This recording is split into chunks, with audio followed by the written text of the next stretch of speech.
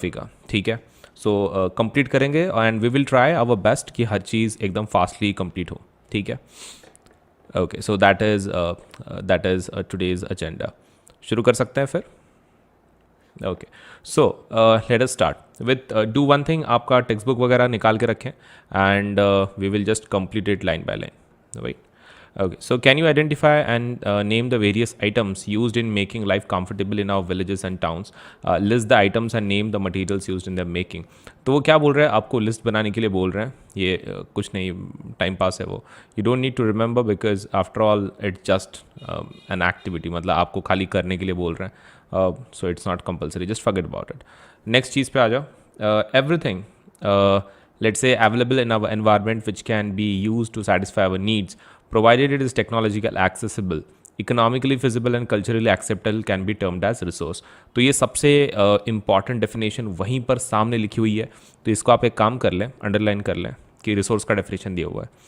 So everything around us which is technologically accessible, economically feasible and culturally acceptable, it is called as resource। यहीं पे दिया हुआ definition. हाँ, तो ये प्लीज़ स्क्वायर ब्रैकेट्स कर लो उसको and keep your pens ready, pencils ready रखें या फिर मार्कर जो भी आपके पास है। एंड जो मैं बोल रहा हूँ उतना खाली अंडरलाइन करके बाकी सब छोड़ दो, ठीक है।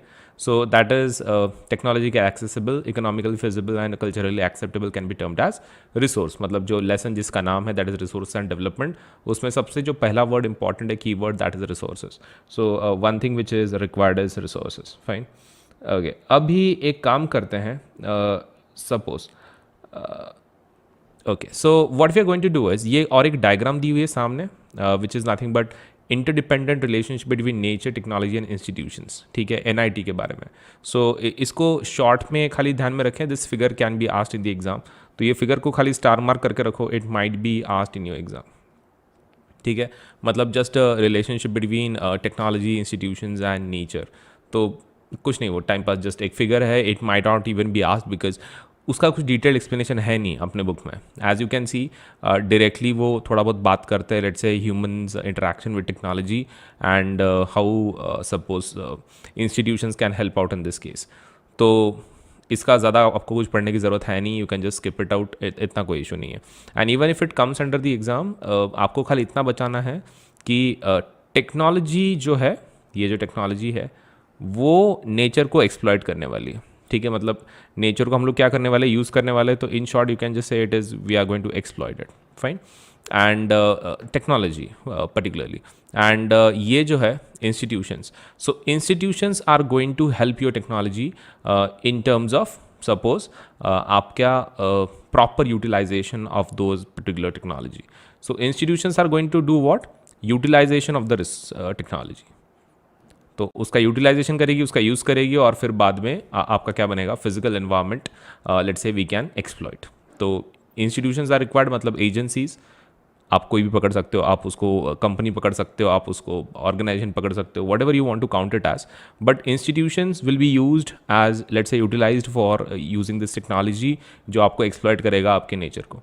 सो दिस इज़ ये। तो ये पूरे 2 पैराग्राफ आप छोड़ सकते हैं, नो इशू, मतलब ज़रूरत नहीं है, ठीक है।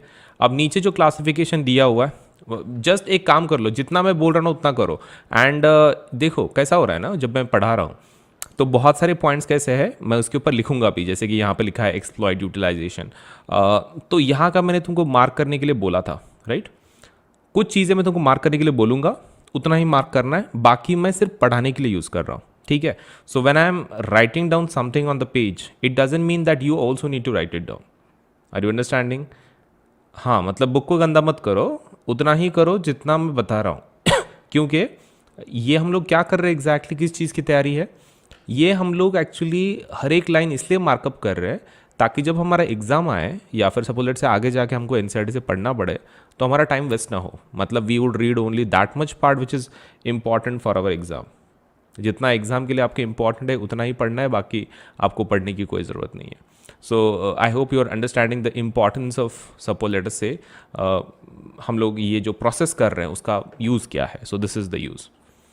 चलो अभी क्लासिफिकेशन देखते हैं। क्लासिफिकेशन बहुत सारे टाइप्स के हैं। So what will do is we will directly go into the classification section, fine. Okay, चलो क्लासिफिकेशन सेक्शन में प्लीज़ आ जाओ। The first classification what you have is the first classification you have is biotic resources. Biotic resources है. So as you know biotic मतलब क्या, living things पे. लेकिन ये किसके बेसिस पे है, ओरिजिन के बेसिस पे. अब प्रॉब्लम ये ऐसा है कि ये पूरा सेक्शन ही इंपॉर्टेंट है. तो तुम एक काम करके रखो, टाइप्स ऑफ रिसोर्सेज को ही एरो करके रखो, नहीं तो स्टार करके रखो.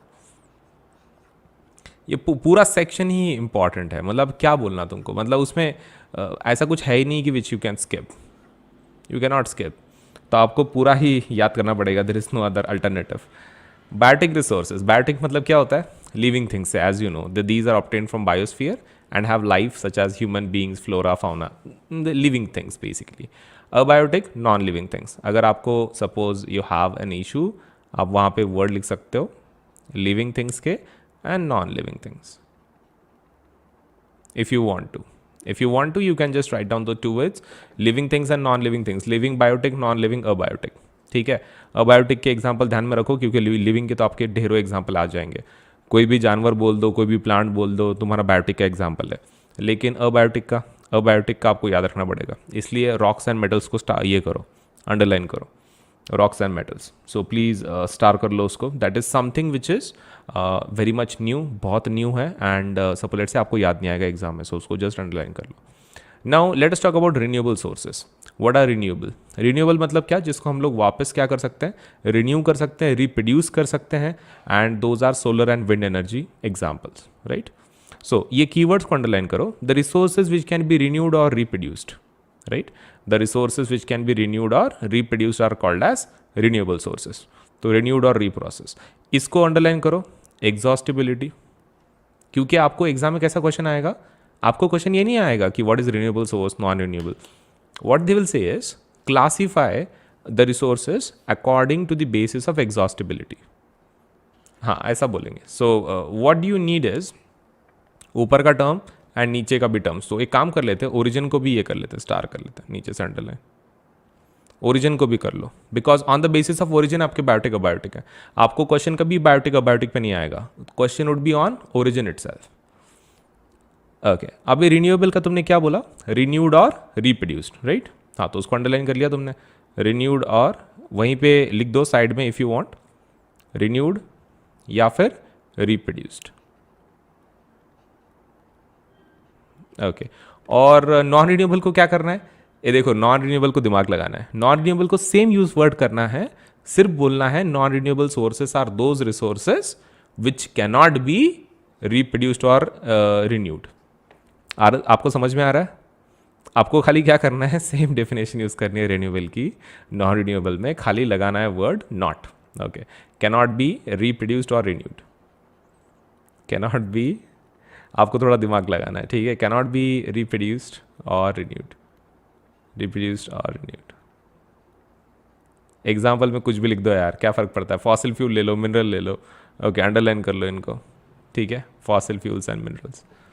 Is it okay? Okay, fine. अभी जो थर्ड है हमारा, दैट्स अबाउट ओनरशिप, ठीक है. ओनरशिप के बारे में. Okay, so please come to the ownership part. Ownership part पे आ जाओ. Okay, so what is an ownership? Ownership का अंदर मतलब किसकी प्रॉपर्टी है, मतलब किसके रिसोर्सेस हैं. इंडिविजुअल के हैं, कम्युनिटी के हैं, गवर्नमेंट के हैं, वो वाले. तो इंडिविजुअल में कौन सा आ जाता है? इंडिविजुअल मतलब कौन कौन आ जाता है? Privately by individuals. So these are owned by privately by individuals. हाँ, तो ये स्टेटमेंट अंडरलाइन कर लो, राइट. और इसके अंदर एग्जाम्पल के तौर पर ये चीज़ें अंडरलाइन कर लो, प्लॉट्स, हाउसेस, अदर प्रॉपर्टी. ये आपका क्या है, एग्जाम्पल्स है. नीचे के भी एग्जाम्पल्स को अंडरलाइन कर लो. Plantation, pasture lands, ponds, water in wells, these are also examples of individual resources. Okay, अब community owned. अब community owned थोड़े से कमाल के हैं. community owned थोड़े से मतलब कैसे हैं, 2000 अच्छे खासे कमाल के हैं. तो community owned में क्या करना है आपको, इसको अंडरलाइन कर लो. ये मतलब which is accessible to all the members of the community. Community owned resources are those resources which are accessible to the members of that particular community, to all the members of that community. मतलब हम लोग अगर ऐसा बोल रहे कि किसी community का ये रिसोर्स है, तो इसका मतलब ये है कि उस कम्युनिटी को जो भी ह्यूमन बिलोंग करता है वो उसका रिसोर्स है. एग्जाम्पल देख लेते हैं. एग्जाम्पल में कौन कौन है? Grazing grounds, burial grounds, village, इसको थोड़ा स्टार मार्क करके रखो क्योंकि इसके याद रखना थोड़े से हार्ड है, मतलब इट्स समवॉट डिफिकल्ट, उतना बहुत भी नहीं लेकिन ऑब्वियसली 2000, राइट। ओके, वो एक कर लो, ये वाला एग्जाम्पल्स। इसके एग्जाम्पल थोड़ा सा सेपरेटली याद करना। कम्युनिटी वालों का क्योंकि इशू है कि इतना जल्दी क्लियर नहीं होता है कि वो वही है बोल के। So public parks, picnic spots, cemetery, burial ground, these are all examples of community owned resources. अभी नेशनल रिसोर्सेज पे आ जाते हैं। नेशनल मतलब कौन? देश के मतलब कंट्री के। So technically all the resources belong to the nation. So इसका डेफिनेशन कैसा देंगे हम लोग? National resources are those resources which are owned by the nation itself. Okay, so the resources, all the resources which are in the country are nothing but national resources. अब इसका कोई example है? हाँ, example है ना, minerals, फिर बाद में वाटर रिसोर्सेज, फॉरेस्ट, इसको अंडरलाइन कर लो। और कहाँ तक रहते हैं? देखो, ओशन एरिया की अगर बात कर रहे हो तो अराउंड 12 नॉटिकल माइल्स तक यही रहता है, ठीक है। So all the minerals, water resources, wildlife and land within the political boundaries and oceanic area up to 12 nautical miles इन्हीं का है। तो इसको प्लीज़ अंडरलाइन करके रखो स्टार करके, बिकॉज यू शुड रिमेंबर कि बाउंड्री के बाहर कितना हमारा एरिया है। तो बाउंड्री के बाहर कितना है? Almost like 12 nautical miles which is रफली 22.2 किलोमीटर्स। तो ये प्लीज़ स्टार मार्क करके रखो। डन? ओके, चलो। एंड एक एक कैसा है, हम लोग लाइन बाय लाइन जा रहे हैं, वर्ड बाय वर्ड जा रहे हैं। So kindly let's say pay proper attention. There are international institutions. अभी इंटरनेशनल रिसोर्सेज तो कौन सा आ जाता है इंटरनेशनल रिसोर्सेज में? So the resources which are beyond 200 nautical miles of the exclusive economic zone belong to the open ocean and no individual country can utilise them. तो definition कैसा लिख सकते हैं? Resources beyond 200 nautical miles of the exclusive economic zone are called as international resources. मतलब ये वाली definition, इसको please ये कर लो, यहां तक। So these are basically international resources. The oceanic resources beyond 200 nautical miles of the exclusive economic zone are called as international resources. ये आपके इंटरनेशनल रिसोर्सेज में आते हैं। और बाय द वे किसके रहते हैं फिर? इंटरनेशनल बोले तो कोई तो भी ऑर्गेनाइजेशन के होंगे ना। हाँ, तो ये इसको अंडरलाइन कर लो, किसी इंटरनेशनल इंस्टीट्यूशन को बिलोंग करते हैं। Navneet Kumar, it can not be. Navneet Kumar वो यूज़ नहीं कर सकते हैं। आप जो बोल रहे हैं कि community resources can be use by other people who don't belong to that particular community. No, it depends, उनके रूल कैसे हैं, क्या है, it depends. But generally community मतलब कैसा रहता है ना, पब्लिक प्लेस होती है। So technically it can be, लेकिन अगर मान लो पर्टिकुलर कोई पर्टिकुलर रीज़न के लिए बनाए, पर्टिकुलर रिलीजन के हैं या फिर पर्टिकुलर कोई पर्टिकुलर ग्रुप है, उन्हीं का है सिर्फ। सो उन केस में नहीं कर सकते। जैसे कि मान लो कोई सोसाइटी के अंदर कोई पार्क है, उसमें अलाउड नहीं है, ठीक है। तो ये चीज़ ध्यान में रखना है। सोसाइटी के अंदर पार्क रहता है ना, हाँ, तो वो वहाँ पे अगर तो वो उनके बच्चों के लिए बनाया गया। अब अपन जाके खेलेंगे वहाँ पे तो बदड़ के बाहर निकालेंगे अपने को। सो ये ऐसा है, मतलब कम्युनिटी मतलब it's public but it doesn't mean it's open to all, it depends on the situation, right. Okay, so ये चीज़ ध्यान में रखनी है। आगे बढ़ते हैं। So moving on to the another one, potential resources देखते हैं, ठीक है। Okay, so what are potential resources? Fine, no, potential resources का देखते हैं। So resources which are found in region but have not been utilized. ये ऐसे resources होते हैं कि जो मिले हैं लेकिन यूज़ नहीं कर रहे हैं। फिर कई को रखें, यूज़ नहीं कर रहे for some reason, maybe कोई इकोनॉमिक प्रॉब्लम है, whatever is the case, but generally हमने वहाँ तक कुछ इंस्टॉल नहीं किया है, ठीक है। सो रिसोर्सेज विच आर फाउंड, हमको मिल गए हैं, यूटिलाइज नहीं कर रहे हैं। ओके, सो एग्जाम्पल क्या है? विंड पावर का example, wind and solar energy. Rajasthan Gujarat में काफ़ी पोटेंशियल है, लेकिन अभी तक हमने उसके बारे में कुछ किया नहीं है। सो ये उसका एग्जाम्पल, ठीक है। डेवलप्ड रिसोर्सेज देखते हैं। डेवलप मतलब कौन से? जो हम लोग फिलहाल यूज़ कर रहे हैं। Let's say resources which are surveyed and their quality and quantity have been determined for utilisation, currently in use. ये लिखो यहाँ पे, करंटली। अच्छा, वहाँ पे पूरा नहीं बैठ रहा है, can you please write it properly there? Currently in use, currently in use मतलब होते हैं developed resources, currently in use, ठीक है। यहाँ पे क्या होगा इसका point? Found but not use, ठीक है। हाँ, मतलब मिले हैं लेकिन हम लोग फिर भी यूज नहीं कर रहे हैं। फाउंड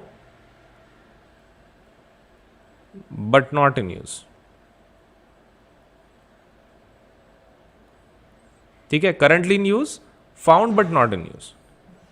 ये थोड़ा मतलब आपके मतलब अंडरस्टैंडिंग के लिए वहाँ पे रखो। कैसा हो जाता है ना, ये चीज़ पढ़ने के बाद थोड़ा लेट से कन्फ्यूजन होता है। Potential, develop, stock and reserves, ये चार पढ़ते वक्त ना थोड़ा सा कन्फ्यूजन होता है। So the only way to do that is this. ठीक है, ये वहाँ पे लिख दो। ओके ठीक है। क्या यश तुमको दिख रहा नहीं कि यहाँ पे पॉइंट बड़ा बड़ा लिखा है? ऐसा ऐसा मजाक नहीं रहता। हाँ यश, थोड़ा देखते जाओ ना यार, पॉन्ड इतना बड़ा लिखा है यहाँ पे, देखो। हाँ पॉन्ड ऑफ पॉन्ड, देखे? मिल गया किस में? इंडिविजुअल में। ओके ठीक है, थैंक यू। चलो आगे बढ़ता है। सो let us talk about stocks now. Stocks के बारे में बात करते हैं। तो स्टॉक्स क्या होती है? Materials in the environment which have the potential to satisfy human needs, but human beings do not have the appropriate technology to access these. ठीक है, yes, so access these. So what? हे भगवान, यश यश, अब मुझे एक चीज़ बोलो, तुमने एक पार्क बांधा है, खुद का पार्क बांधा है, तो इंडिविजुअल भी होगा। लेकिन मान लो तुमने कम्युनिटी के लिए पार्क बांधा है कोई सिटी में, तो कम्युनिटी भी हो सकता है। समझा करो यार। हाँ, तो पॉन्ड भी इंडिविजुअल हो सकता है, कम्युनिटी भी हो सकता है। हाँ, डिपेंडिंग ऑन उसका कौन ओनर है। आगे बढ़े अभी। हाँ, पॉन्ड के आगे भी जिंदगी बेटा। यस, चलो आगे बढ़ते हैं। सो स्टॉक के बारे में बात करते हैं। Now materials in the environment which have the potential to satisfy human needs but human beings do not have the appropriate technology to access these. मतलब हमारे पास पोटेंशियल है, मतलब but we do not have the technology अगर नहीं है, so appropriate technology अगर नहीं है टू एक्सेस दीज, तो हैंस सपोज उसको क्या बोलेंगे? स्टॉक बोलेंगे। ठीक है, सो उसको स्टॉक बोलेंगे कि जिसमें टेक्नोलॉजी नहीं है आपके पास, लेकिन आप सपोज लेट से यूज़ नहीं कर सकते टेक्नोलॉजी के प्रॉब्लम की वजह से। एग्जाम्पल क्या है फिर? What is the example? Example is suppose let's say for example water is a compound of two gases, hydrogen का एग्जाम्पल है। सो इसको प्लीज़ अंडरलाइन कर लें। Example hydrogen in water. ठीक है, एग्जाम्पल क्या है? Hydrogen in water. किसका? स्टॉक का। Hydrogen in water. So technology issue है, स्टॉक मतलब टेक्नोलॉजी इशू है। So hydrogen in water. Okay, और रिजर्व्स क्या है? रिजर्व बचा के रखें। रिजर्व क्या है? बचा के रखें। किसके लिए? फ्यूचर जनरेशन के लिए बचा के रखें। So these are subset which have been purposely kept aside, आगे के जनरेशन के लिए। सस्टेनेबल डेवलपमेंट रहता ना, हाँ तो वैसा। सो रिजर्व्स मतलब क्या है? बचा के रखें। सो क्या बोलना उसको? केप्ट फॉर फ्यूचर, ऐसा बोल दो उसको। केप्ट फॉर फ्यूचर मतलब अगर हम लोग चाहें तो उसको यूज़ कर सकते हैं, but kept for future. Okay, ये प्लीज़ लिख दो। Okay okay, moving on. Development of resources की बात करते हैं। ठीक है, डेवलपमेंट ऑफ रिसोर्सेज। तो रिसोर्स को डेवलप कैसे करते हैं? एनसीईआरटी वाले मस्त रहते हैं। डेवलपमेंट ऑफ रिसोर्सेज को भी डेवलप कर रहे हैं वो लोग। हाँ ठीक है, चलो देख लेते हैं कैसे रिसोर्सेज को डेवलप करते हैं फिर। Okay, resources are vital for human survival. अच्छा, पता ही नहीं था हमको कि रिसोर्सेज ह्यूमन सर्वाइवल के लिए लगते हैं। हमको तो लगा था ऐसे ही जी लेते लोग। Okay, it was believe that resources are free gifts of nature. ऐसा लोगों को लगता था कि गिफ्ट है नेचर का। अच्छा, प्रसाद है नेचर का। ओके ठीक है, तो फिर क्या हो गया? Human beings use them indiscriminately and this has led to the following major problem. अब तुम्हारी गलती है, तुम बोल रहे हो कि प्रसाद है, हाँ तो ह्यूमन बींग्स ने प्रसाद बोल के खा लिए खपाखप। Okay, so it's your fault after all, right? So एक काम करो, यहाँ पे स्टार कर लो। So this point is really important, आपके एग्जाम में आ सकता है कि गिफ्ट ये रिसोर्सेज का क्या प्रॉब्लम है। तो रिसोर्सेज का क्या इशू है? इशू ये है कि it's treated as free gift, लोग फ्री गिफ्ट समझ लेते हैं और प्रसाद बोल के लोग खा लेते हैं। मतलब इनडिस्क्रिमिनेट यूज़ है in short. Okay, so this has led to following major problems, and that is depletion, suppose of resources for satisfying the greed of few individuals. तो ऐसा क्यों होता है? नीचे के प्रॉब्लम्स ऐसे होते हैं। बोले क्या होता? रिसोर्सेज कम हो जाते बोले for satisfying the greed of few individuals मतलब किसकी बात कर रहे हो? रिच लोगों की। ओके, तो फिर ऐसा सीधा सीधा क्यों नहीं लिखते? एनसीईआरटी है, हाँ। जब तक घुमा फिरा के बात ना करो तो फिर सेंस कैसे बनता है? सही है। Okay, so depletion of resources for satisfying the greed of few individuals. आगे बढ़ते हैं। Now accumulation of resources in few hands, which in turn divided the society into two segments, that is haves and have nots or rich and poor। ठीक है, okay, so ये भी एक problem है। Resources कैसा है? कुछ जनों के पास है, बहुत सारे लोगों के पास नहीं है, राइट? वो तुमको याद है पिज़्ज़ा का फोटो? पिज़्ज़ा का फोटो है ना, वो एक बड़ा सा स्लाइस एक ही आदमी के पास है, और वो जो सामने एक फटीचर आदमी बैठा है सामने, ऐसा कपड़े बिपड़े फटे वाले, मुंह बंद है, एंड उसके पास इतू सा स्लाइस है पिज़्ज़ा का। याद है वो? हाँ, वो वही है। That is representing the same thing. That means resources कैसा है? एक्यूमुलेट हो गए। So these 2 points are quite important. ठीक है, स्टार मार्क करके रखो, very important. Yes, please star mark them. Okay, अच्छा, ये देख लो न्यू पॉइंट। अब एनसीईआरटी बोले तो बहुत ही उनको ऐसा लगता है कि बच्चे मतलब एसएसटी के अलावा उनके पास सब्जेक्ट ही नहीं है। अब यहाँ पे ठीक से देख लो, यहाँ पे ठीक से देख लो, एक्टिविटी दी है। अब उनको लगता कि अपन इतने रिकामे हैं, हाँ, कि ये सब चीज़ कर सकते। Imagine if the oil supply gets exhausted one day, how would this affect our lifestyle? हाँ, like as if like we would care, right? हाँ यार, रोज पढ़ाई का देखें कि ये भी देखते बैठे ना, प्लान अ सर्वे ना। ये ऐसी चीज़ों की वजह से ना वो एसएसटी के टीचर्स को भी लगता है कि सपोज लेट्स से साइंस का सपोज एक्सपेरिमेंट के जैसा वो देखते हैं ना, रोज बच्चे ये लेके आते रहते हैं। एक दिन मैंने क्या पूछा था, let's say just one of my let's say teachers थे, कॉलीग, तो मैंने उनको पूछा, सर आप प्रोजेक्ट क्यों देते हो एसएसटी के इतने, मतलब लाइक किया नहीं किया तो भी क्या फ़र्क पड़ता है, वैसे भी बच्चे कॉपी करते हैं। तो उन्होंने क्या बोला, नहीं बोले मुझे कॉम्प्लेक्स फील होता है, बोले साइंस के जो स्टूडेंट्स हैं आपसे वो लैब मैनुअल हमेशा चेक कराने को आते हैं, हाँ, तो मुझे भी लगता है कि मेरे पास भी कुछ जन आने चाहिए चेक करने के लिए। मैं ले भगवान, तुम उनके उसके लिए देते हो? तो ये ऐसे ऐसे कमाल है, उनको इंस्पिरेशन ऐसी एक्टिविटीज से मिलती है। सो ठीक है, ये ऐसी चीज़ों से उनको इंस्पिरेशन मिलती है। So this happens a lot. ठीक है, आगे बढ़ते हैं। तो ऐसे चलते रहता है। ये तो मतलब क्या है, टैलेंट है। ठीक है, अब टैलेंट को कैसा है, कंपटीशन नहीं। मैं तुमको कितनी बार बोला, टैलेंट को there is no competition, right? हाँ, so this is talent. Talent नहीं है, टैलेंट है। Now indiscriminate exploitation of resources has led to global crisis such as global warming, ozone. अच्छा, इसमें वो सब चीज़ डाल दिए हैं जो तुमको 5वीं से पढ़ा रहे हैं। तुमको 5वीं से अलग अलग प्रॉब्लम पढ़ा रहे हैं ना एनवायरनमेंट के, उन्होंने सब अब इसमें एक ही इसमें डाल दिया ना।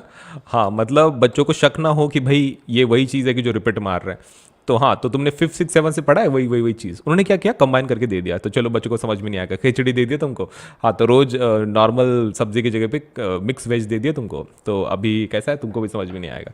सो this indiscriminate exploitation of resources has led to these many problems. जितने भी प्रॉब्लम है तो सब लिख दो, global warming, ozone layer depletion, environmental pollution, land degradation, sound pollution, air pollution, whatever pollution. ठीक है, एंड ऐसे लंबी लंबी लिस्ट। ओके, आगे बढ़ते हैं अभी। And equitable distribution of resources, सिर्फ कॉमा डालना मत भूलना, नहीं तो जोश में कैसा सिर्फ गैप डाल के दे दोगे तो अच्छी बात नहीं होगी, कॉमा कॉमा डाल के। No, an equitable distribution of resources has become essential for the sustained quality of life and global peace. क्या बोल रहे हैं वो बोल रहे हैं कि अगर ग्लोबल पीस मेंटेन करनी है, बोले तुमको ग्लोबल पीस बोले तो सब देश, वो आपने सुना है ना World War I, World War II, तो ऐसे अगर अलग अलग वॉर ना हो, इसके लिए इक्विटेबल डिस्ट्रीब्यूशन बहुत ज़रूरी है। ओ my God. Okay, so sustained quality of life और ग्लोबल पीस के लिए बोले इक्विटेबल डिस्ट्रीब्यूशन बहुत ज़रूरी है। मतलब देश में रिसोर्सेज डेवलप होनी चाहिए, मतलब एक दूसरे को इक्विटेबल डिस्ट्रीब्यूशन चाहिए पूरे वर्ल्ड में, मतलब जितने रिसोर्सेज हैं, क्योंकि लिमिटेड है ना। अब जैसे कि मान लो अपन ने बोल दिया किसी कंट्री को कि हम लोग तुमको पानी देंगे नहीं, हमारे जिसमें जो नदियाँ जा रही हैं हम किसी को पानी देंगे ही नहीं ना। तो वो अपन बहुत खुश हो जाएंगे, लेकिन जो सामने वाला है, ठीक है, सामने वाले को देखो ना, वो कितना कितना लाल बुंद हो जाएगा। वो अलग बात है कि अपन बहुत हंसेंगे, लेकिन फिर भी thinking of it might lead to war. ठीक है, वॉर को लीड कर सकता है। So we have to have equitable distribution. ठीक है, 2 चीज़ें उसमें से सॉल्व होती हैं, global peace and quality of life. Okay, so यहाँ पे एक बार लिख दें क्या क्या होता है उससे। क्वालिटी किसकी, लाइफ की रे बाबा, क्वालिटी ऑफ लाइफ। और दूसरा क्या, पीस, ग्लोबल पीस। पीसम पीस, हाँ कॉमेडी पीस डायरेक्टली, हाँ तो ग्लोबल पीस लिख दो रे भाई, ग्लोबल पीस, हाँ PIEC नहीं, हाँ नहीं तो सच में हिस्से कर दोगे तुम, ग्लोबल पीस, हाँ पीस वो वाला पीस नहीं, ये वाला piece.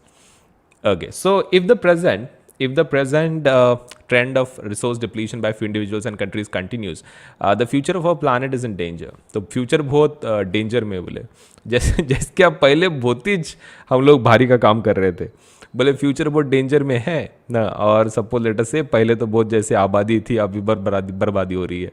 Therefore resources planning is essential for sustainable existence of all forms of life. तो क्या बोलते, इसलिए रिसोर्स प्लानिंग करना ज़रूरी है। ओके तुमको इतना फिर बड़ा बड़ा कहानी क्यों सुना है, क्योंकि वो तुमको ये बताना चाहते थे कि रिसोर्स प्लानिंग इज एसेंशियल, जैसे कि तुमको पता ही नहीं था स्टार्टिंग से कि रिसोर्स प्लानिंग कितनी ज़रूरी है। Okay so they created lot of point just to make you explain resource planning is really important. Okay समझ में आ गया फिर तुमको, रिसोर्स प्लानिंग बहुत इंपॉर्टेंट है भाई। हाँ अब इतना बताने के बाद भी अगर तुमको समझ में नहीं आ रहा यार, फिर तो तुम तो अजीब न्यारे हो ना। NCERT इसलिए तो फिर आप जैसे गौर से देखो, हाँ इन्हीं लोगों की वजह से गौर से देखो, इंडिया वांट्स टू नो कि यही लोगों की वजह से NCERT इतने बड़े बड़े स्टेटमेंट देती है, ना कि सिर्फ एक स्टेटमेंट कि भाई रिसोर्स प्लानिंग इसेंशियल। कितना आसान था, स्टार्टिंग में दे देते रिसोर्स प्लानिंग इसेंशियल, हम भी मान लेते कि रिसोर्स प्लानिंग इसेंशियल है, लेकिन नहीं, ऐसे स्टूडेंट्स की वजह से इतना बड़ा बड़ा पैराग्राफ पढ़ने को लेट्स से कंपलसरी हो गया हमको। आगे देखते हैं अब ये क्या है, डेवलपमेंट का definition, sustainable development. Oh my God, okay तो बहुत ही इंपॉर्टेंट है, इसको स्टार कर लो। सस्टेनेबल डेवलपमेंट क्या होती है, डेवलपमेंट ही होती है। फिर सस्टेनेबल क्यों बोलते हैं उसको, सस्टेनेबल इसलिए बोलते हैं ताकि that means it is a kind of development which goes on and on and on and on and on. कब तक, जब तक है जान, ठीक है समझ में आ रहा है, कब तक, जब तक है जान। तो विदाउट एनी प्रॉब्लम, मतलब करंट जनरेशन तो खुश होनी ही चाहिए, लेकिन फ्यूचर जनरेशन भी क्या है, सपोज ये होना चाहिए, मतलब उसको भी कुछ रिसोर्सेज बचने चाहिए, मतलब तुम्हारी आगे की जनरेशन, राइट। ओके सो मेरे को एक बच्चे ने पूछा था, सर अगर आगे वाली जनरेशन के लिए कुछ बचा नहीं, आगे वाले जनरेशन के लिए कुछ बचा नहीं तो फिर क्या करना सर। मैंने बोला वो आंसर देने के लिए हम लोग थोड़ी बचेंगे। Okay so it's not our concern, right? Actually it's a serious topic, but come on, matlab there is no point as such to talk about that issue, right? मतलब सस्टेनेबल डेवलपमेंट कैसा है, it's something like a sword के जैसा है वो, मतलब इधर से पकड़ो तो भी धार है, उधर से पकड़ो तो भी धार है।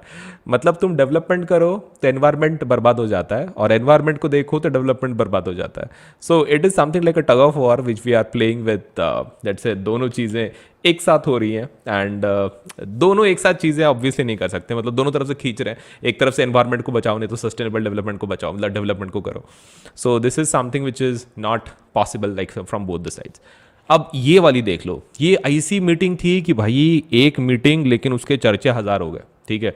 हाँ तो आजकल, हाँ आजकल इनके ही चर्चे हैं, वो ऐसा हो गया हो आजकल, हाँ समझ में आ रहा, पुराना गाना है वो, समझो तो वैसा ये आजकल ऐसे चर्चे हैं कि बस चलते ही रह रहे हैं। कब से चर्चे हैं इनके, 1992 के। एक बार मीटिंग क्या ले लिए, पूरे इसमें वर्ल्ड में फेमस हो गई मीटिंग ये।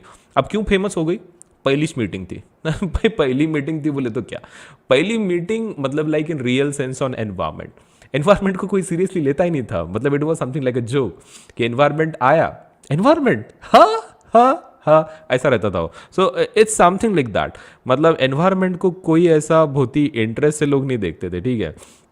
एनवायरमेंट वॉज समथिंग की जो टाइम पास, वो अपने जैसे आर्ट्स के टीचर नहीं आते 10वीं के क्लास में, वो 8वीं 6ठी तक बहुत अच्छा लगता है आर्ट्स के टीचर, और आर्ट्स के टीचर जब 10वीं में आते हैं, there are some period some times, ठीक है, कभी वो सब्स्टिट्यूशन पे आते हैं और फिर वो बोलते हैं, उनका एक्सपेक्टेशन रहता है कि हम लोग ड्राइंग बुक निकाल के पढ़े ना, मतलब ड्राइंग निकाले। उनका बहुत ही क्यूट एक्सपेक्टेशन रहता है कि 10वीं के बच्चे ड्राइंग बुक निकाल के ड्राइंग करेंगे। ओके सो वैसा इन द सेम सेंस ये मीटिंग मतलब उतना ही सपोज लेट्स से उतना इंपॉर्टेंट था। तो चलो इसको अंडरलाइन कर लेते हैं, जून 1992। तो एनवायरनमेंट को उतने मजाक से लोग देखते थे पहले, अभी नहीं, अभी बहुत सीरियस हो गए। कुछ भी हो गया ना एनवायरनमेंट, हाँ कुछ भी हो गया कि एनवायरनमेंट, मतलब देखो सबसे ज़्यादा चर्चा, मैं तुमको एक सिंपल एग्जांपल देता हूँ, कोरोना का पीरियड याद है, कोविड का, ठीक है। अब इतना ज़्यादा स्प्रेड हो रहा है, पैंडेमिक सिचुएशन है, पूरा देश बंद है, पूरा वर्ल्ड बंद है, लेकिन चर्चा मीडिया में किसकी चालू है, एनवायरनमेंट इतना क्लीन हो गया बोले, हाँ, एनवायरमेंट इतना क्लीन हो गया।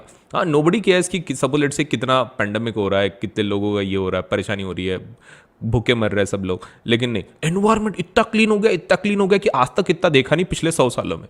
Okay, so I am just giving you one case जहां पर environment you have to understand has become a very vital thing this days. बहुत ही वाइटल हो गया है। मतलब jokes apart, environment is really something which we should work about, क्योंकि अगर वो एक बार बिगड़ गया ना, उसको मेंटेन करना is not that much easy. मतलब जैसे कि आपका पोल्यूशन बहुत ही लेवल पे बढ़ गया, उसको वापस बैक ट्रैक करना is not that much easy, बहुत ही आसान नहीं है। चलो फॉरगेट अबाउट दैट, ये मीटिंग के ऊपर आ जाओ रे भाई, इतनी बड़ी बड़ी मीटिंग। हाँ, तो कहाँ हुई थी ये? रियो दी जेनेरियो। इतना बड़ा क्या है ये? First name middle name surname है क्या? नहीं नहीं, सिटी का नाम है। ओके, सो ये सिटी का नाम है, ठीक है। ओके, वैसा नहीं है वो, middle first name middle name and last name, वैसा नहीं है। तो it's a completely name of the city. तो ये फर्स्ट अर्थ समिट थी, इसको अर्थ समिट भी बोलते हैं। एक बार फिक्स करो तुम, रियो समिट है कि अर्थ समिट है? अरे दोनों, हाँ दोनों है वो। ओके, और टॉपिक क्या था? उनको डिस्कस करना था environmental protection and social economic development. एक काम करते क्या तुम, बुक को गंदा मत करो, तुम डायरेक्टली ये पूरा पैराग्राफ को ही स्टार मार्क कर लो। अरे सभी इंपॉर्टेंट है यार, क्या करूँ? ये देखो, जनरली मैं मेरे स्टूडेंट्स को या फिर बच्चों को ये करने का मेरा इच्छा नहीं रहता, ज़्यादा वर्कलोड देने का, लेकिन अभी सब कुछ है इंपॉर्टेंट, तो क्या करूँ मैं? What I can do. ठीक है, पूरा है इंपॉर्टेंट, उसको प्लीज स्टार कर लो। ओके, ओके, सक्षम क्या बोल रहे हो? Sir, humans will be extinct due to climate change which is serious issue but no one is addressing it. Saksham, हमारी एग्जाम सीबीएसई की भी बहुत सीरियस है but no one is addressing it. Okay, so ये चीज़ भी ध्यान रखो, ठीक है। ओके, सबके अपने अपने प्रॉब्लम्स है यार, सक्षम क्या करना। Now let us move on to agenda 21। Agenda 21 पे आ जाओ। अब एजेंडा 21 क्या है? एजेंडा 21 ये ऐसे एजेंडाज हैं कि जो 21st सेंचुरी में वो कंप्लीट करने वाले हैं। टैलेंट खतरनाक है। वो क्या बोल रहे हैं? एजेंडा 21 का मतलब क्या है? ये ऐसे कुछ एम्स ऑब्जेक्टिव्स हैं which they want to complete in 21st century. Okay, तो ये कहाँ कहाँ डिक्लेरेशन हुआ था? ये हुआ था United Nations conference on environment and development, UNCED में। अच्छा, तो काफ़ी बड़ा बड़ा ऑर्गेनाइजेशन है, जिसका नाम ही इतना बड़ा हो तो हाँ, जिसका बड़ा नाम उसकी बड़ी चर्चा, ऐसा है वो। सो बहुत ही बड़ा नाम है, बहुत ही बड़ी चर्चा है। आगे बात करते हैं।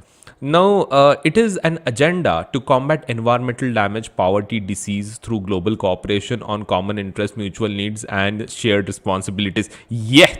ये हुई ना बात। एनसीईआरटी को भी पीछे छोड़ दिया इन्होंने। एनसीईआरटी का वो अभी का पैराग्राफ तुमको याद है?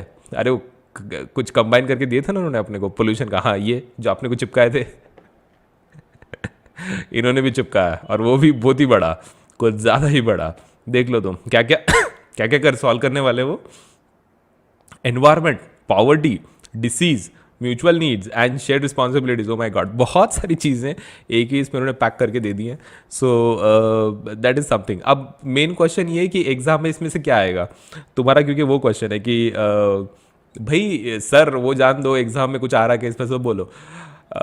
एग्जाम में इसमें से एक्चुअली सिर्फ आपको पैराग्राफ ध्यान में रखना है, कौन से साल का, ऑर्गेनाइजेशन और उसके कुछ एक दो एजेंडा।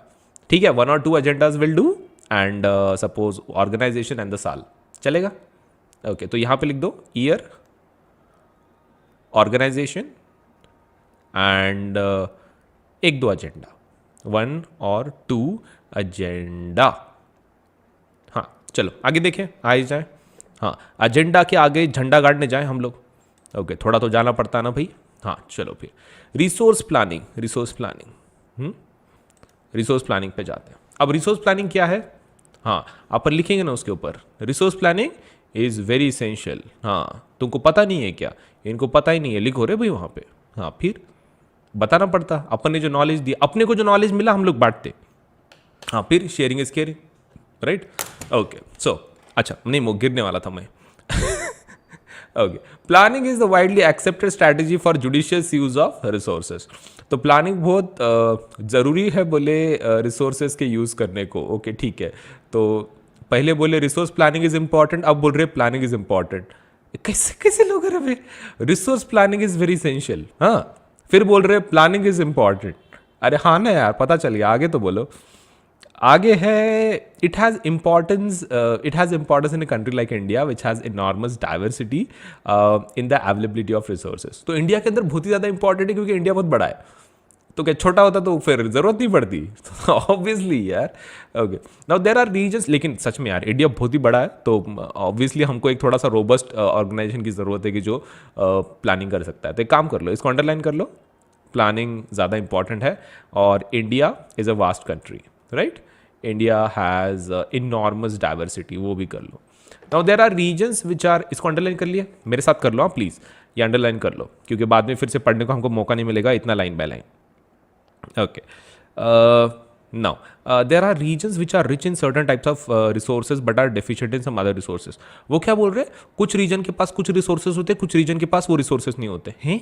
अरे मतलब वो बोल रहे हैं कि हर एक रीजन में सेम रिसोर्स नहीं होता, मतलब सब कुछ एक ही जगह पे, मतलब सपोज कोल के रिसोर्सेज की तरह अगर अलग जगह पे होंगे, पेट्रोल डीजल के सप्लायर से क्रूड ऑयल की तरह अलग होंगे, एल्यूमिनियम की तरह अलग होंगे।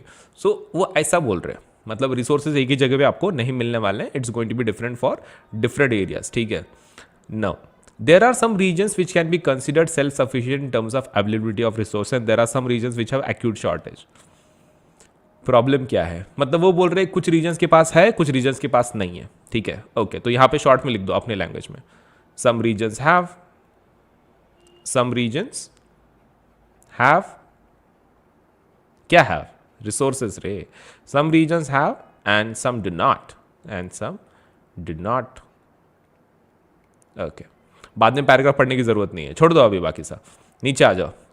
For example the states of Jharkhand, Chhattisgarh and Madhya Pradesh have rich in minerals and coal deposits. सच में यार ये जो 3 स्टेट्स है ना, थोड़ा सा ध्यान में रखो, मतलब इतना रिसोर्सेज है इनके पास, मतलब mineral resources if you are talking about, बहुत ज़्यादा है। उसको स्टार मार्क करके रखो ये एग्जाम्पल, यहाँ से लेके यहाँ तक, कहाँ से लेके कहाँ तक, यहाँ से लेके झारखंड से लेके लद्दाख तक कर लो रे भाई, झारखंड से लेके लद्दाख तक। अच्छा मेरे खूबसूरत चेहरे की वजह से नहीं दिख रहा है, एक मिनट, हाँ फिर खुद के चेहरे को बदसूरत क्यों बोलूँ मैं?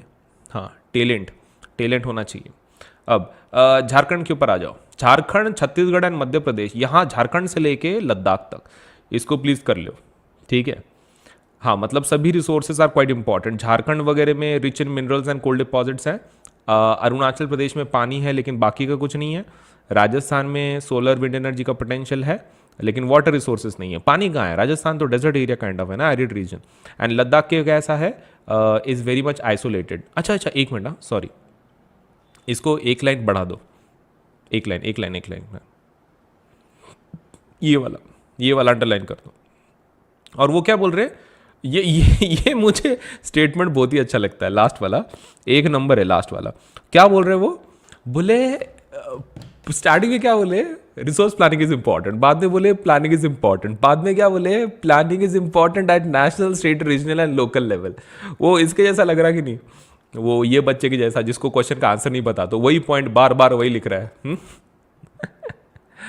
Okay, so India really wants to know कि भाई कब सुधरेंगे ये लोग, ये कब सुधरेंगे? एक ही स्टेटमेंट एक जैसा लिख रहे हैं जब से। ओके, सो इसको अंडरलाइन कर लो। Okay, resource planning is important, planning is important and planning has to be done at every level, that is national, state, regional and local level. ये भगवान, मतलब इससे अच्छा तो एवरेज बच्चे लिखते हैं यार, मतलब उनसे पेपर लिखा लेते, बुक लिखा लेते, क्या आज करना। सो this is something which is मतलब हमारे बुक में है, तो अभी क्या करना है उसको। Now resource planning in India, resource planning India के अंदर कैसी होती है? अच्छा कैसी होती है, इसको स्टार मार्क करके ले रहे, बहुत ही important, very very important. Please उसको थोड़ा सा एक टाइटल दे दो, very important, VIMP, yes, let's crack it. उसको 3 पॉइंट्स होते हैं। सबसे पहला, रिसोर्स अगर प्लानिंग करनी है तो प्रोसेस है, उसको पहले तुम आइडेंटिफाई करो किधर किधर है, आइडेंटिफाई करो तुम। उसके बाद उसका स्ट्रक्चर बनाओ प्लानिंग का, कि तुम उसको कैसे यूज़ करोगे, कौन सी टेक्नोलॉजी लाओगे, कौन सी स्किल लाओगे, सब कुछ। उसके बाद तुम you have to match the resources with the national developmental goals, मतलब उस रिसोर्सेज का तुम यूज़ करोगे जो देश ने एजेंडा बनाया है कि देश हम लोग ऐसे तरक्की करेंगे, वैसे तरक्की करेंगे, तो वैसा सपोज लेट अस से आपको क्या करना है, लेट्स से रिसोर्सेज का यूज़ करना है। तो ये पैराग्राफ को, कंप्लीट पैराग्राफ को आपको रट्टा मार लेना है, ठीक है। एग्जाम में बहुत बार पूछते हैं, तो टाइम पास मत करो, ये वाली जो चीज़ है आपको आनी ही चाहिए। अब इंडिया का और एक एफर्ट्स क्या है रिसोर्स प्लानिंग में, 5 ईयर प्लान यूज़ करते हैं हम लोग। Okay, so 5 year plan has been used let's say in India right from the independence. 5 year plan पे हम लोग डिपेंडेंट हैं, तो that is something which is very much new. ठीक है, सो ये थोड़ा ध्यान में रखें 5 ईयर प्लान का। ये पैराग्राफ को कर लिए, पूरा पैराग्राफ ही रट्टा मारना है। हाँ, हैज़ टू बी, वो क्या है, वो रिसोर्स प्लानिंग का इंपॉर्टेंस है, और 5 ईयर प्लान को भी एक अंडरलाइन कर लो कि हम लोग यूज़ करते हैं फॉर रिसोर्स प्लानिंग। ठीक है, ओके चलो आगे बढ़ते हैं। अभी फाइंड आउट जान नहीं करते, क्या करने का कर लो। ओके, सो उनका एक्सपेक्टेशन खतरनाक है, फाइंड आउट नहीं करने वाले। नो नो नो ना and no no. Okay, no ना नो नो, ठीक है। Okay, so let us talk about the next paragraph now. ठीक है, थोड़ा नेक्स्ट पैराग्राफ पे जाते हैं। So what we are trying to talk about is next point, the availability of the resources is a necessary condition for the development of any region, but mere availability of resources in the absence of corresponding change in technological institutions may hinder the process. वो process को क्या कर सकता है, hinder कर सकता है। So this is something कि जो क्या हो रहा है प्रॉब्लमेटिक है। तो मतलब रिसोर्स होना इज़ नॉट अ नेसेसिटी, उसका करस्पॉन्डिंग क्या चाहिए, टेक्नोलॉजी एंड इंस्टीट्यूशन जो उसको यूज़ करेगा। तो ये एक अंडरलाइन कर लो, corresponding changes in the technology and institutions. मतलब सिर्फ रिसोर्स होने से कुछ नहीं होता है, रिसोर्स के साथ आपके पास टेक्नोलॉजी इंस्टीट्यूशन भी चाहिए उसको हार्नेस करने के लिए। Now there are many regions in our country that are rich in resources, but these are not let's say are included in the economically backward region. तो हमारे पास ऐसे बहुत सारे रीजन्स हैं कि जिनके पास रिसोर्सेज है लेकिन इकोनॉमिकली बैकवर्ड है। On the contrary there are some regions which have poor resource but they have economically developed. Economically developed है लेकिन रिसोर्सेस में पुअर है। चलो आगे देखते हैं द हिस्ट्री। अच्छा क्या बोल रहे हैं, can you name some resource rich but economically backward region and some resource poor but economically developed nation, give reasons for such a situation. We can but we won't.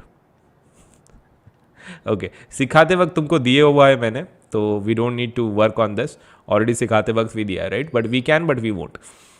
ने अभी क्या है देखो, कैसा रहता है ना, जब तुम एग्जाम दे रहे हो, दीज आर ऑल, ये आइडिया डेवलप करने के लिए क्वेश्चंस रहते हैं, कॉन्सेप्ट डेवलप करने के लिए।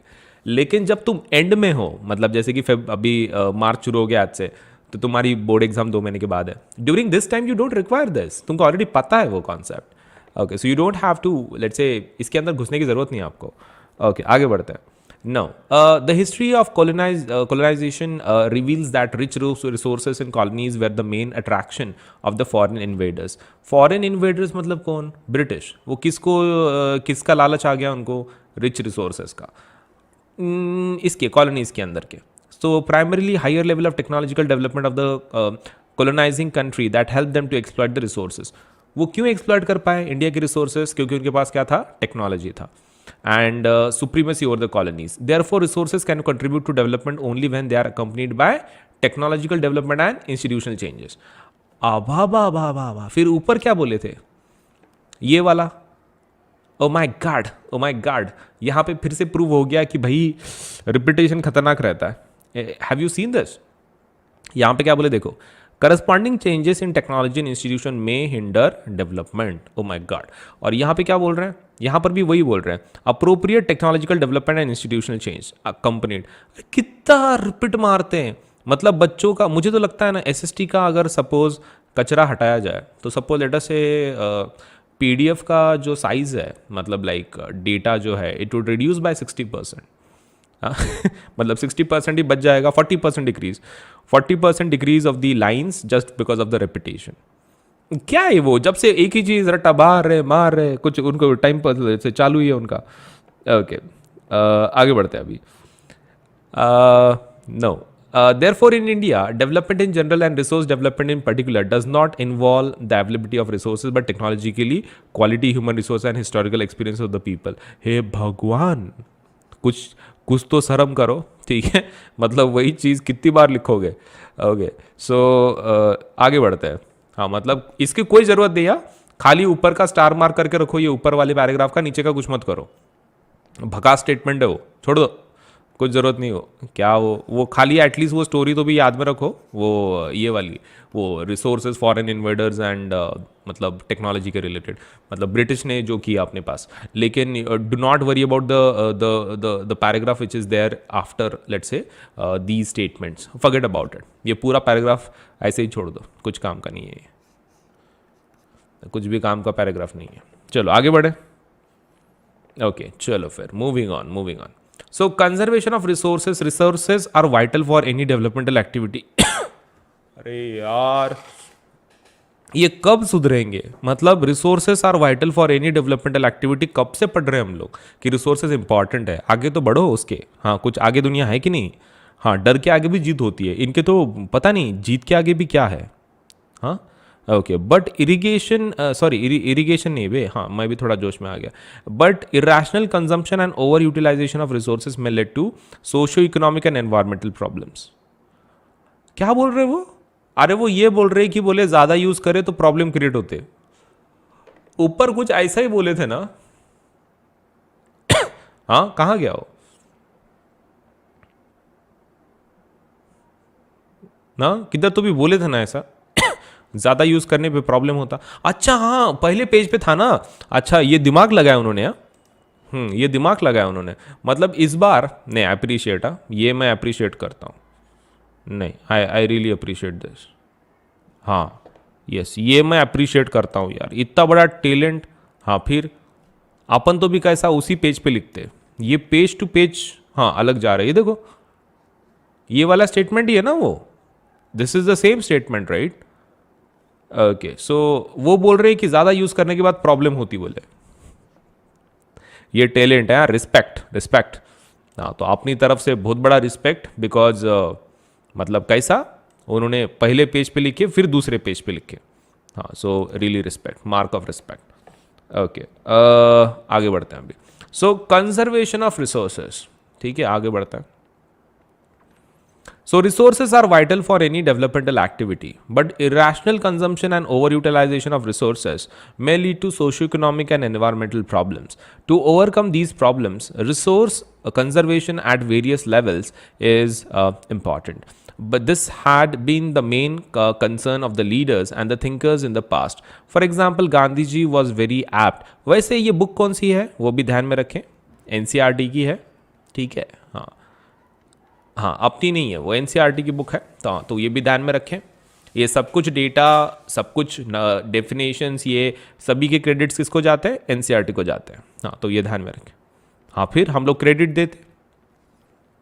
देते बिल्कुल। घर का थोड़ी है अपने। ओके, तो क्रेडिट देना पड़ता, तुम भी दे दो, तुम्हारी बुक में लिख दो NCERT की किताब है। हाँ, मानता हूँ ना तुमने पैसे दिए, लेकिन NCERT की है वो। Okay, चलो, conservation of resources. To overcome these problems, resource conservation at various levels is important, and this had been the main concern of the leaders and thinkers in the past. Okay, so कैसा है ना कि ये problems को solve करने के लिए this had been the main concern of the leaders कि ये इशू सॉल्व करें। अब गांधी जी के बारे में बात कर रहे हैं वो। Okay, so I know this is not history, but Gandhi ji के बारे में एक स्टेटमेंट है, तो वो हमको कंप्लीट करना है। ओके, तो गांधी जी के बारे में क्या स्टेटमेंट है? उन्होंने बोला था, there is enough for everybody's need but not for everybody's greed. Okay, तो इसको प्लीज अंडरलाइन कर लो, खतरनाक स्टेटमेंट ना। वो डायलॉग ऑफ द ये नहीं, मंथ नहीं, ईयर, सेंचुरी, कुछ भी बोलना है बोल लो। हाँ, तो बापू जी ने दिया था, हमारे father of the nation, one of the great personalities we had let's say in our modern history, there is enough for everybody's need and not for anybody's greed. तो वो बोल रहे थे कि सबके जितनी ज़रूरत की चीज़ें हैं अर्थ के ऊपर है, लेकिन आपको जो लोभ है कि आपको ग्रीड जो है आपको ज़्यादा चाहिए, उसके लिए अर्थ के पास कुछ नहीं है। So he placed the greedy and selfish individuals and exploitative nature of modern technology as a root cause for resource depletion at the global level. तो वो क्या बोल रहे थे कि ग्लोबल लेवल पे जो डिप्लीशन हो रहा है रिसोर्सेज का, the reason is selfish individuals and exploitative nature, and he was against mass production and wanted to replace with production by the masses. इसका क्या मतलब है? वो ये बोल रहे थे कि तुम ज़्यादा प्रोड्यूस कर रहे हो ना मशीन के थ्रू। हाँ, तो वो मशीन थ्रू नहीं चाहिए था। ये मास प्रोडक्शन बोले तो क्या, एक मिनट मैं वहाँ पे लिख के देता हूँ क्योंकि बहुत उसमें ये होता है, कन्फ्यूजन होता है। What is mass production? Production by machines, machine के थ्रू। ओके, तो वहाँ पे लिख दो प्रोडक्शन बाय मशीन्स। हाँ, मशीन्स। ओके, लिख दिया machines. Okay okay, so production by machines. और ये क्या है फिर? Production by masses. Product mass production बोले तो तुम मास प्रोडक्शन कब कर सकते हैं? बड़े बड़े मशीन रहेंगे तब करेंगे ना, खपा खप प्रोडक्ट बना तैयार कर रहे। ओके, लेकिन प्रोडक्शन बाय द मासेस क्या रहता? मासेस बोले तो बहुत सारे लोग तैयार कर रहे, बहुत सारे लोग। ओके, प्रोडक्शन बाय मासेस बोले तो क्या, तुम मशीन के थ्रू नहीं, आदमियों के थ्रू तैयार कर रहे हो। ओके, सो प्रोडक्शन बाय, ये ऊपर का प्रोडक्शन बाय मशीन्स है, ये क्या है? Production by people. पीपल, हाँ, पीपल का पेड़ नहीं रहे, पीपल, हाँ, POPL। ओके ओके, लिख दिए production by machines, production by people. हाँ, मैं मानता हूँ यार, वो कैसा ना थोड़ा सा फॉन्ट साइज बड़ा है, तो आई एम रियली सॉरी, लेकिन वो ऐसा वो सब बहुत ही, क्या बोलते हैं उसको, ऐसा हाई डेफिनेशन के नहीं आ रहे। एनसीईआरटी के सामने मेरी हैंडराइटिंग बहुत फीकी लग रही है, हालांकि वो एनसीईआरटी का प्रिंट है, so I am really sorry about it. ठीक है, तो थोड़ा सा प्लीज़ एडजस्ट कर लें। ओके, चलो आगे बढ़ते हैं अभी। No, at the international level the club of, okay, ये एक अलग प्रॉब्लम है, ये एक थोड़ा सा अलग रिपोर्ट है, इसको एक अंडरलाइन कर लेते हैं हम लोग। तो क्लब ऑफ रोम ये पहला ऐसा सपोज लेट से एक इंस्टीट्यूशन या ऑर्गेनाइजेशन है कि सपोज लेट से advocated resource conservation for the first time. उन्होंने बोला कि रिसोर्स कंजर्वेशन करना चाहिए। उसके बाद गांधीयन फिलॉसफी पे किसने बुक लिखी? शूमाकर ने, जिसका नाम था small is beautiful. Small is beautiful, ये बुक का नाम। एक काम करो यार, तुम गंदा मत करो उस बुक को, ये पूरा ही ले लो पैराग्राफ, क्योंकि एग्जाम के हिसाब से everything is important, everything is important. मतलब क्लब ऑफ रोम से लेके गांधीयन फिलोसफी के ऊपर जो शूमाकर ने बुक लिखी small is beautiful, and also the Brundtland commission report की जिसने पहली बार वो वर्ड का इस्तेमाल किया सस्टेनेबल की, जिसके फल हम लोग आज लेट्स से उसकी जो प्रॉब्लम्स है वो आज तक भुगत रहे हम लोग। And the report let's say आगे का introduced the concept of sustainable development and advocated it as a means of resource conservation, which was subsequently published in a book entitled Our Common Future। तो ये book में वो बाद में छापा गया सस्टेनेबल डेवलपमेंट का। So another significant contribution was made at the Earth Summit at Rio de Janeiro Brazil 1992। ये वही मीटिंग है अर्थ समिट की। तो ये चीज़ें आपको ध्यान में रखनी है। Club of Rome Gandhian philosophy की बुक शूमाकर ने लिखी थी, जिसका नाम है small is beautiful, and Brundtland commission report with, जिसके बाद उन्होंने सस्टेनेबल डेवलपमेंट का कॉन्सेप्ट यूज़ किया, और वही चीज़ एक बुक में छापी गई जिसका नाम था आवर कॉमन फ्यूचर। तो ये चीज़ें सपोज आपको ध्यान में। चलो इस प्रैक्टिकल के बाद थोड़े से मेन चीज़ें देख लेते हैं अबाउट द प्लस सब्सक्रिप्शन, कि अनअकैडमी के जितने फीचर्स हैं प्लेटफॉर्म के ऊपर के वो कैसे हैं, उनमें क्या क्या मिलता है, एंड सब्सक्रिप्शन प्लान कितने का है, एवरीथिंग विल डिस्कस। तो देखो, you can S your final exams with Unacademy plus. अभी आपके बोर्ड एग्ज़ाम्स आएंगे, पास में ही होंगे, तो अनअकैडमी आपके लिए एकदम परफेक्ट है, क्योंकि आपको कैसा, एक तो इसके ऊपर 10% फ्लैट सब्सक्रिप्शन चल रहा है, लेट्स से ऑफ चल रहा है, तो डिस्काउंट मिल जाता है 10% का। एंड अनअकैडमी प्लस सब्सक्रिप्शन एक ऐसी चीज़ है कि जहाँ पर आपको हर फीचर प्रॉपरली लेट्स से एक ही जगह पे मिल जाएगा, मतलब classes, practice, test, quizzes, everything एक ही जगह पे, एंड ऊपर से उसके ऊपर 10% डिस्काउंट चल रहा है। तो कुछ फीचर्स देखते हैं इसके अंदर क्या क्या है, and I will give you the necessary details so that you can understand whether सच में आपको इसके लिए अप्लाई करना है, नहीं करना है, ऑल दोज थिंग्स। अभी व्हाट्स न्यू विद अनअकैडमी, ठीक है, तो एक जो नया फीचर हमने जो पिछले महीने लॉन्च किया उसको बोलते हैं आस्क डाउट फीचर। काफ़ी बढ़िया फीचर है ये, और इस फीचर के बारे में जितना बताऊँ उतना कम है, बिकॉज ये आपके हर डाउट को सॉल्व करने की लेट्स से क्षमता रखता है। So what exactly is all about, तो आस्क डाउट फीचर में आप क्या कर सकते हो, आपके जो डाउट्स हैं आप भेज सकते हो अनअकैडमी के प्लेटफॉर्म को, और फिर वो उसको आंसर करेगा। तो आंसर कर भेजने का तरीका क्या है, आस्क करने का लेट्स से उसके फीचर्स क्या हैं। पहले हम लोग ये देख लेते हैं कि पूछना कैसे है आपको। तो आपको क्या करना है, आपका जो भी डाउट है उसके लिए सबसे पहला अनअकैडमी का एप्लीकेशन खोलना है आपको। अनअकैडमी का एक बार एप्लीकेशन खोल दिया आपने, उसके अंदर आस्क डाउट एक ऐसा बटन है, ठीक है, तो आप आस्क डाउट पे बटन पे क्या करना है, आपको टैप करना है। एक बार टाइप कर लिया, उसके बाद आप उसको क्वेश्चन भेजना है, ठीक है। वो आपको बोलेगा कि हाय सो एंड सो, जो भी आपका नाम है, get solutions to your doubts and send a picture of your doubt और we will find the solution, ऐसा बोलेंगे।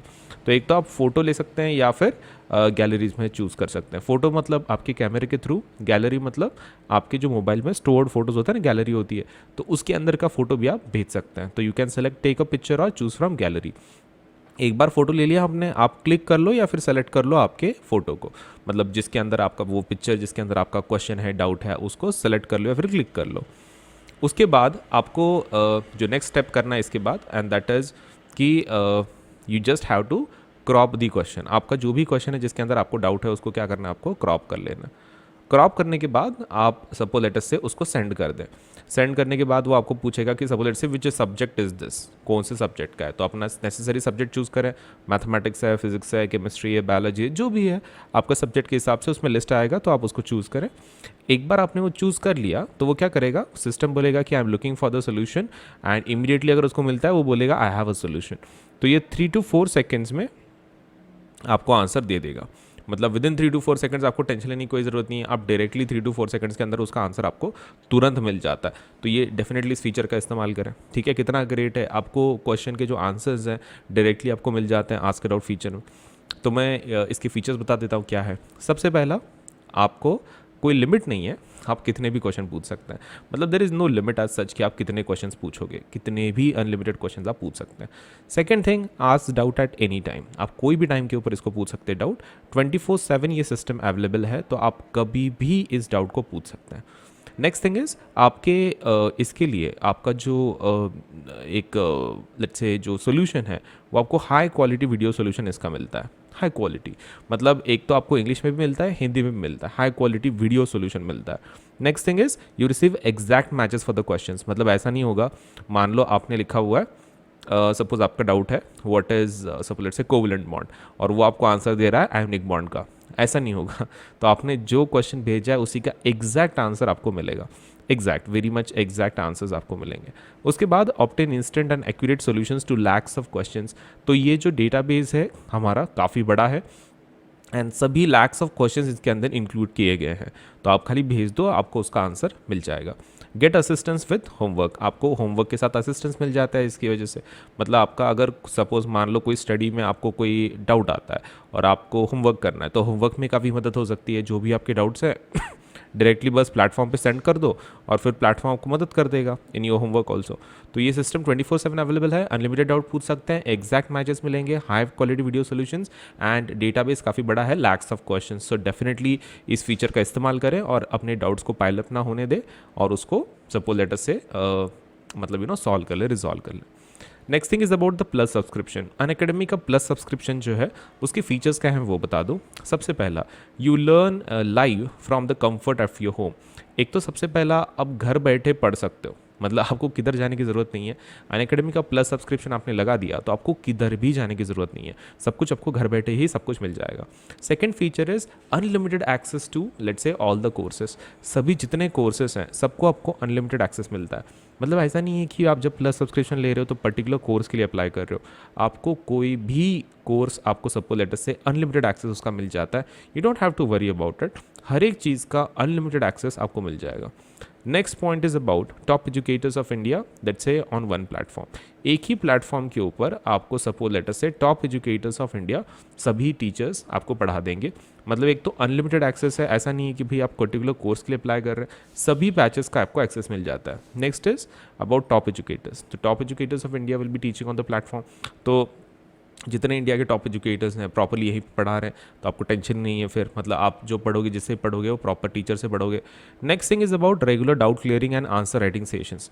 ये तो मैंने ऑलरेडी बता दिया तुमको डाउट क्लियरेंस का मतलब आस्क डाउट फीचर तो है ही है, लेकिन हमारे इसमें प्लस सब्सक्रिप्शन के अंदर रेगुलर डाउट क्लियरिंग सेशंस भी होते हैं। मतलब every 4th period is a doubt clearing session. अगर आपको कुछ डाउट आता है तो आप उसको रिजॉल्व कर सकते हैं। Next thing is about answer writing sessions. तो आंसर राइटिंग सेशंस भी होते हैं कि किस क्वेश्चन का आंसर कैसे लिखना है, what kind of modification should be done, वो सब कुछ वो भी बताया जाता है। Next thing is about exhaustive coverage of the syllabus. Syllabus का एग्जॉस्टिव कवरेज हम लोग करते हैं, मतलब इसके अंदर पूरा डिटेल में सब कुछ एकदम करेक्ट प्रॉपर सब कुछ कंप्लीट किया जाता है, मतलब ऊपर से लेकर नीचे तक टॉप टू बॉटम हर एक पॉइंट ठीक से कवर किया जाता है, exhaustive coverage of the syllabus. Next thing is about mentorship and guidance. Mentorship and guidance भी होती है, तो आपको गाइड किया जाएगा सपोज लेट से कैसे पढ़ना है, कितना पढ़ना है, एवरीथिंग। आपका जो स्टडी मटेरियल है आपको पीडीएफ फॉर्मेट में मिल जाएगा, लेक्चर्स का जो भी टीचर्स लेंगे एजुकेटर्स उनके पीडीएफ आपको मिल जाएंगे। बाद में है प्रैक्टिस टेस्ट, मतलब आपने जो पढ़ा है उसका सच में आपको कितना एसिमुलेट हुआ है वो चेक करने के लिए बहुत सारे प्रैक्टिस टेस्ट भी होते हैं। उसके बाद we have live test series. Live test series भी होती है, मतलब जिसके अंदर एकदम लाइव आपका टेस्ट लिया जाएगा। And next thing is about batch courses. Batch courses भी चलती हैं, मतलब कैसा है कि स्कूल में कैसे रहते हैं सभी बैच में बैठते हैं, सपोज एक ही क्लास में रहते हैं, वैसे ही कुछ बैच कोर्सेज भी हमारे पास अवेलेबल हैं, आप उसका भी फ़ायदा उठा सकते हैं। Now with all of these कुछ एक्स्ट्रा फैसिलिटीज़ दिए जाते हैं, जैसे कि डेली प्रैक्टिस सेक्शन होता है। बाद में वीकली मॉक टेस्ट सीरीज़ भी होती है, मतलब डेली प्रैक्टिस सेक्शन तो वो तो रोज के रोज होते ही होते हैं।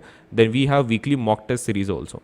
Then we have live quizzes होते हैं, मतलब डेली प्रैक्टिस सेक्शन में कैसा है कि डेली प्रैक्टिस के लिए कुछ ना कुछ तो आते रहता है। वीकली मॉक टेस्ट सीरीज़, मतलब हफ्ते में एक बार एक पर्टिकुलर सब्जेक्ट के ऊपर टेस्ट होती है, तो उससे भी आपको फ़ायदा हो जाता है। फिर बाद में है लाइव क्विजेस, तो आपको MCQ बेस्ड लाइव क्विजेस होते हैं। इसका क्या फ़ायदा है पांचों सब्जेक्ट के लिए होता है ये, that is science, social science, maths, English, Hindi. And इसके अंदर कैसा है कि ऑल इंडिया लेवल पे ये रोज़ क्विज़ होते रहते हैं। तो आपका कैसा है, एक तो कंपटीशन आपको समझ में आती है बाकी के बच्चे कैसे परफॉर्म कर रहे हैं। And second thing you will understand is, अगर किसी क्वेश्चन का आंसर गलत हो जाता है आपसे, तो आप उसको ये भी कर सकते हैं, चेक भी कर सकते हैं, क्योंकि आपको बाद में एक डिटेल्ड सोल्यूशन भी दिया जाएगा, तो आप चेक कर सकते हैं कि आपकी गलती कहाँ है। ये रोज़ ऐसे बहुत सारे क्विज होते हैं, तो according to your time requirement वहाँ पे सब टॉपिक वगैरह सब लिखा होता है। अगर किसी टाइम पे आप फ्री हो तो प्रैक्टिस आप कर सकते हो इन क्विजेस में से। Next thing is daily MCQ and subjective test series. Daily basis पे MCQ का test and subjective test series ये होता है, आप इसको भी अटेंड कर सकते हैं और अपना जो रिजल्ट है वो और इम्प्रूव कर सकते हैं। सो ये प्लस सब्सक्रिप्शन कितने प्राइस का होता है, तो देखो मतलब इसका प्लान कैसा है, कितने रुपए का रहता है वगैरह वगैरह। सो लेट अस डिस्कस दैट। तो अनअकैडमी का जो सब्सक्रिप्शन है, पहली चीज़ हमारे पास दो टाइप के सब्सक्रिप्शन है, एक प्लस एंड आइकॉनिक। अभी आप देख सकते हैं, मान लो अभी आप 9th में हो, तो 9th 10th 11th 12th के लिए एक स्पेशल फीचर चल रहा है। 12 महीने का जो पैकेज है आपका वो मिलता है अराउंड लाइक 15,000 रुपये में, एक महीने का मिलता है 3,000 रुपये का।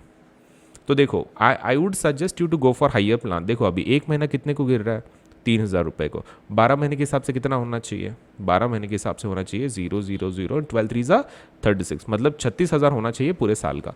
लेकिन 12 महीने मतलब एक साल का फीस कितना बोला है, 15,000। देखो आधे से भी कम होता है, मतलब एक महीने से एक्चुअली आपको अफोर्डेबल प्लान्स नहीं है एक महीने वाले, उससे अच्छा है कि आप 12 महीने के लिए चले जाओ। 15,000 में ही आपको पूरा साल भर कोई टेंशन लेने की ज़रूरत नहीं है। और अगर आपको लगता है कि भाई अनअकैडमी अच्छा है, मतलब सपोज लेट से आपके 11th 12th के लिए भी काम में आएगा, तो आप 12 महीने का, 18 महीने का, 24 महीने का भी 36 या फिर 48 आप वैसा भी ले सकते हैं। 4 साल का एंटायर पैकेज 48 मंथ्स का 40,000 में आप वैसा भी कर सकते हैं। या आपके ऊपर है कि सपोज इकोनॉमिक कैपेसिटी के हिसाब से आप कैसा लगाना चाहते हो, बट मिनिमम 12 के लिए जाओ, ताकि आपका मतलब साल भर टेंशन नहीं रहेगा फिर आपको। Same goes for 10th 11th 12th। अगर आप 10वीं में हैं तो उन आपके लिए वैसे ही पैकेजेस हैं सेम, आप आपके हिसाब से लगा सकते हो। एंड मोर ओवर ये जितने मैंने प्राइसेस बोले, इसके ऊपर 10% डिस्काउंट अवेलेबल है, 10% डिस्काउंट। तो 10% डिस्काउंट के लिए क्या करना है, तो आपको यूज़ करना है the code AS Live10, AS Live10, मतलब अजिंक्य सोलंकी LIVE10। इस कोड का अगर आप इस्तेमाल करते हैं तो आपको कितना ऑफ मिल जाता है, 10% का ऑफ मिल जाता है।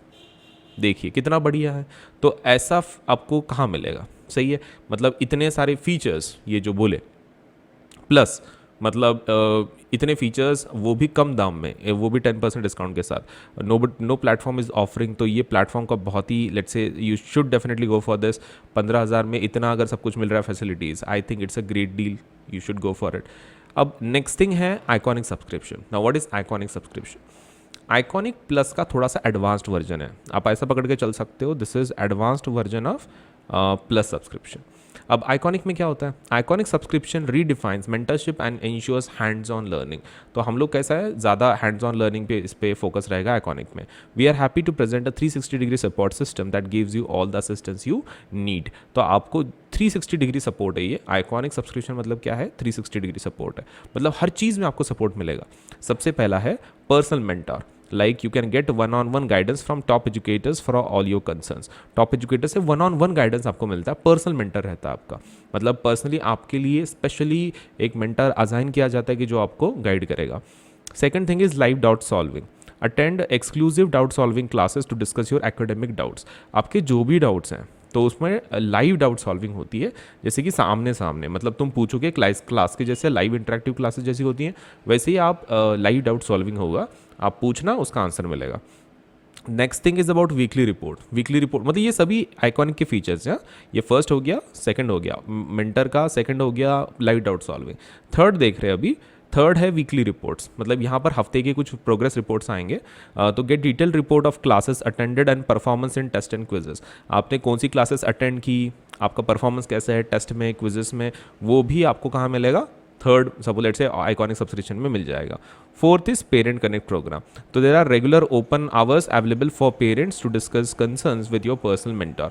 ये जो आपको पर्सनल मेंटर असाइन हुआ है उससे आपके पेरेंट डिस्कस कर सकते हैं कि भाई आपका प्रोग्रेस कैसे चल रहा है, किस तरह की पढ़ाई हो रही है, वो that also can be discussed. Later on study plan, study planner भी आपको मिल जाता है, ये फिफ्थ फीचर है। Study tracker plan and let's say review that highlight your progress. तो ये ऐसी क्या है चीज़ है कि जो आपके रिव्यू को क्या करती है, आपके जो पढ़ाई है उसको क्या करती है, हाईलाइट करती है, आपका प्रोग्रेस कैसे है, पढ़ाई कैसे चल रही है वगैरह वगैरह। So study planner is for that.